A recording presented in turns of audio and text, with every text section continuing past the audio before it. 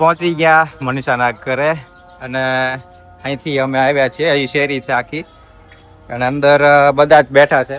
માસી ગયા હતા એટલે માસી બેઠા છે અને બાકી મનીષાના મમ્મી આસ્થા. ગુડ મોર્નિંગ મિત્રો, સ્વાગત છે તમારું આપણા નવા વ્લોગમાં. અને આજે રવિવાર છે. અત્યારે વાગ્યા છે 11:30 અને જો રોટલી બની ગઈ છે. આજે બીજું જમવામાં શું બન્યું છે મમ્મી? રીંગણા બટેટાનું શાક, પછી કઠોળમાં વટાણા, ભીંડાની કઢી અને ભાત. ઓકે. અને કેરીનો રસ. આ છેલ્લો દી છે. આજે છેલ્લો દિવસ. કાલથી આદરા બેસી જશે એટલે કાલથી કેરીનો રસ, કેરી બધું જ બંધ.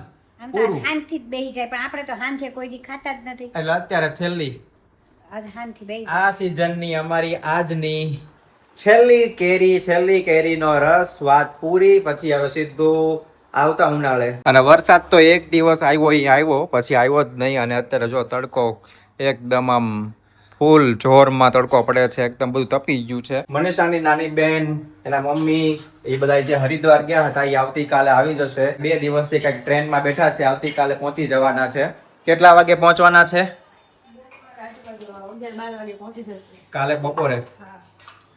કાલ બપોર આસપાસ પહોંચવાના છે. કદાચ લેવા જવાનું થશે એટલે જોઈએ આપણે. રેલવે સ્ટેશન કદાચ રહેવા જવાનું થાય તો ઠીક છે, ન જાય તો પછી સીધા એને મામાને ત્યાં ઉતરી જશે સિહોરમાં. એનું મામાનું ઘર ત્યાં જ છે એટલે મામા મામી સાથે જ હતા એટલે કદાચ બધા સાથે ઉતરી જશે ને પછી ત્યાંથી આવશે, એવું બને. હવે ખબર નથી કાલે. અને અમારે લાઈટ મમ્મી પાછી આજે કેટલા વાગે ગઈ હતી? આજે 8 વાગે જ વહી ગઈ. કા 8 વાગે વહી ગઈ. 8 વાગે ગઈ હતી. લાઈટ તો એટલા હેરાન કરી નાખ્યાસ ને. પછી પાછી કેટલા વાગે આપણે આવી હતી લાઈટ? 9 વાગે આવી ને પછી 15 મિનિટ રહી પછી પાછી વહી ગઈ. પછી પાછી કંઈક 9:15 કે 9:30 ની વચ્ચે પાછી એકવાર લાઈટ ગઈ. પછી 20-25 મિનિટ રહીને પાછી આવી લાઈટ. એટલે મેં એકવાર તો સવારે ફોન કર્યો હતો, 8 વાગે ગઈ ત્યારે અડધી પોણી કલાક રાહ જોઈ. પછી 8:30 આસપાસ મેં કોલ કર્યો હતો કે આજે પાછું ગઈકાલની જેમ જ છે કે આજ કાંઈ નવા જૂની બીજું છે? તો કે ના આજે તો એ કે અમે ખાલી તમારું ફીડર ચેન્જ કરીએ છીએ. એ કે કાલે બીજા ફીડરમાં કંઈક પાવર આપ્યો હતો, આજે રેગ્યુલર કરીએ છીએ. કોને ખબર આ શું કરતા હશે ને શું કામ કરતા હશે, કાંઈ ખબર જ નથી પડતી. પણ હમણાં છેલ્લા આ 2 મહિનાથી આવું થાય છે. અને જ્યારથી કનેક્શન આખું અમારું ચેન્જ થઈ ગયું છે ને, વિભાગ આખો ચેન્જ થઈ ગયો છે ને, ત્યારથી આ થાય છે. અમારો જે જૂનો વિભાગ ચાલતો હતો ને, બહુ જ સારું કામ હતું. ક્યારેક જ લાઇટ જાય અને જાય તો કદાચ અડધી કલાક જાય. અને હા, લાઇટ કાપ હોય ને તો 2 દિવસ અગાઉ મેસેજ આવી જતો. અને કાપ હોય તો બહુ જ ઓછા ભાગે હોય. આમ તો હોતો જ નહોતો, પણ હોય તોય કદાચ 3-4 મહિને 1 દિવસ હોય છે. અને 1 દિવસની અંદર તે કંઈક અડધો દિવસ જેવું હોતું હતું. એટલે એમાં કાંઈ ચિંતા ન થાય. અને એમ થતું, ટેન્શન નહોતું થતું કે હાલો ભાઈ કાંઈ વાંધો નહીં, 3-4 મહિને એકાદું કંઈક કામ કરતા હશે. અને સિરિયસલી કંઈક કામ કરતા હોય. પણ આ તો રોજ ઉપાડો. અને હવે તો એમ થઈ ગયું છે, અમે હાથે તેમ પંખાની સ્વિચ બંધ કરીએ ને તો આજુબાજુ બીજા બધા ઊભા હોય ને એને એમ થઈ જાય કે લાઇટ વહી ગઈ કે હું. અમારે કેવું પડે કે લાઇટ નથી ગઈ, આ પંખો મેં બંધ કર્યો છે.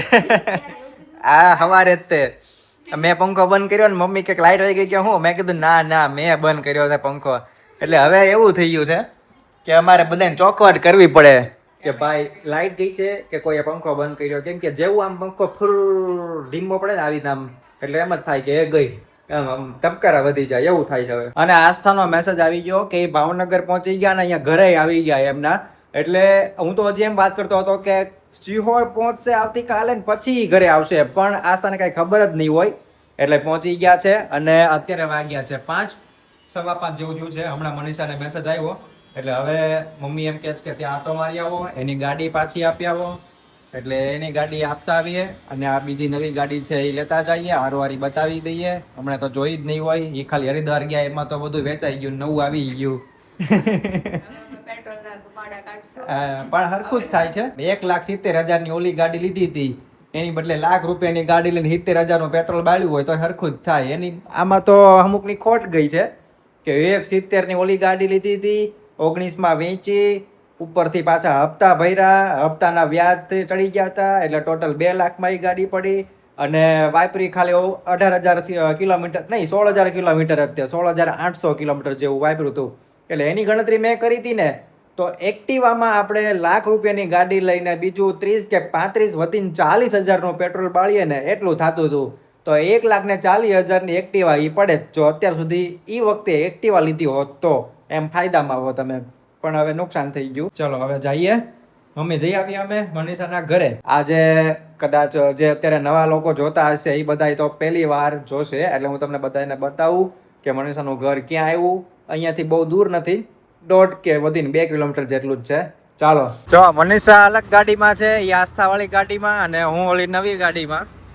અને મનીષાને શું છે કે પાછું આ ગાડીમાં એકલા હમણાં પાછું બીક લાગે એટલે આપી નહીં ને એ લે નહીં હમણાં. થોડું સેટ થાય ને પછી કે ધીમે ધીમે પછી આપણે ચલાવશું.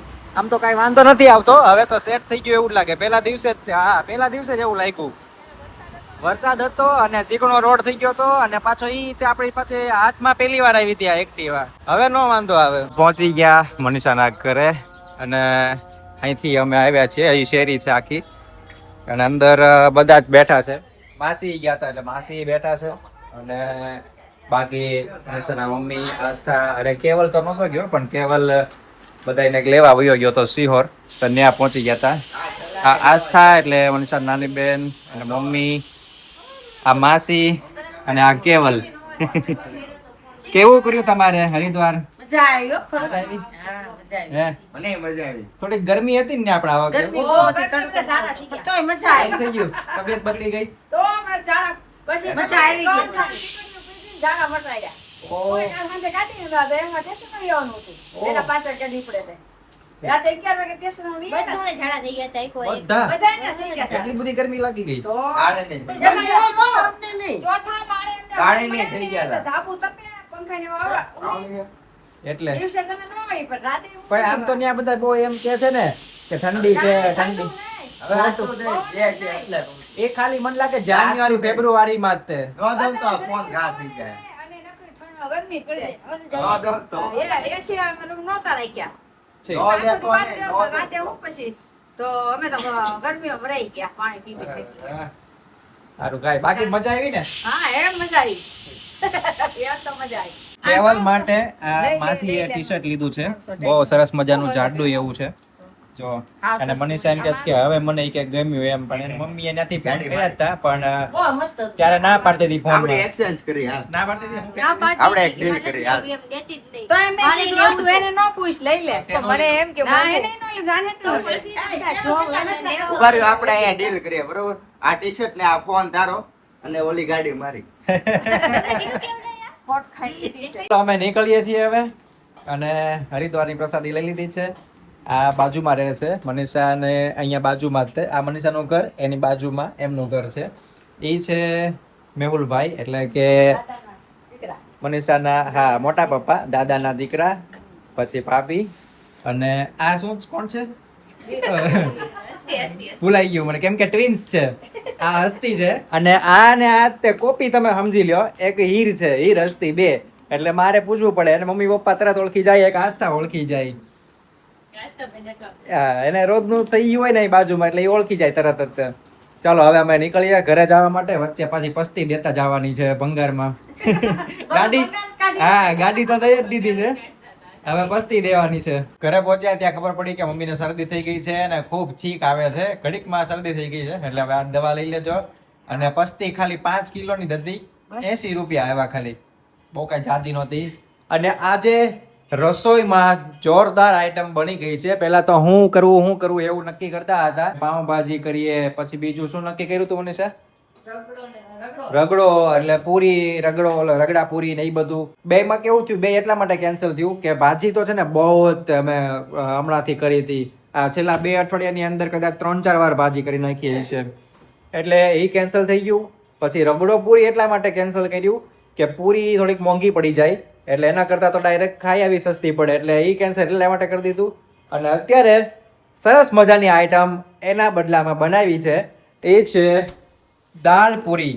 એટલે જો પૂરી એકદમ ગરમા ગરમ જોરદાર તૈયાર થઈ ગઈ છે અને દાળ કુકરમાં, બરાબર ને? ગઈ છે.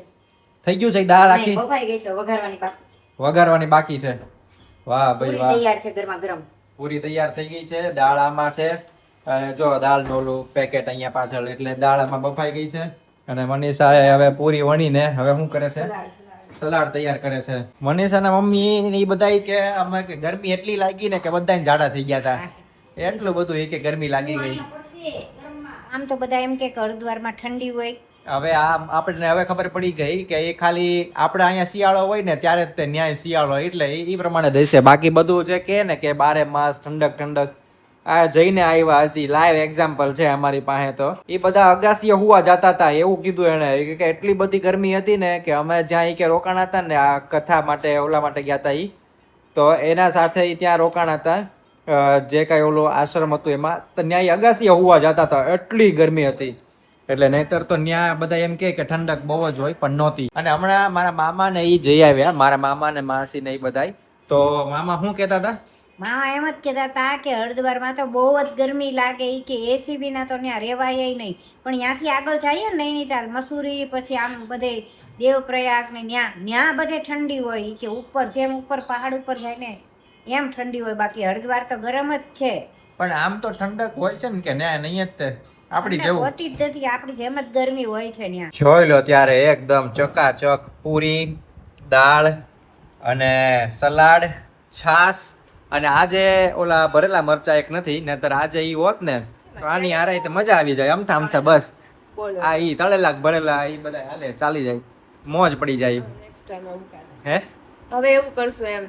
હા ઈ પછી બીજું આમાં કઈ ઘટતું નથી ને હવે લસણની ચટણી. હા એમ લે કહેવાય ને તો કરી નાખે. રોજની જેમ ચાલવા માટે આવી ગયા છીએ અને મને એક બીજો પ્રશ્ન થયો કે આ રોડ ઉપર મેં ઘણી બધી ગાડીઓ જોઈ ને તો અમુક ઇલેક્ટ્રિક 4 વ્હીલ પણ નીકળતી હોય છે. હવે મોટા સિટીમાં તો ન વાંધો આવે પણ અમારા અહીંના જેવા સિટીમાં 2 વ્હીલની સરખી સર્વિસ ન મળતી હોય તો આપણને મને 4 વ્હીલની કઈ રીતના સર્વિસ મળતી હશે એમ થાય. પછી તો આ જે 15 લાખ કે 20 લાખ કે 25ની જે કાંઈની 4 વ્હીલ આવતી હશે એ બધાને હાવ મારી જેમ ભંગારના ભાવે જ જતું હશે ને આ જે આપણે ગાડી આપી દીધી એ રીતના.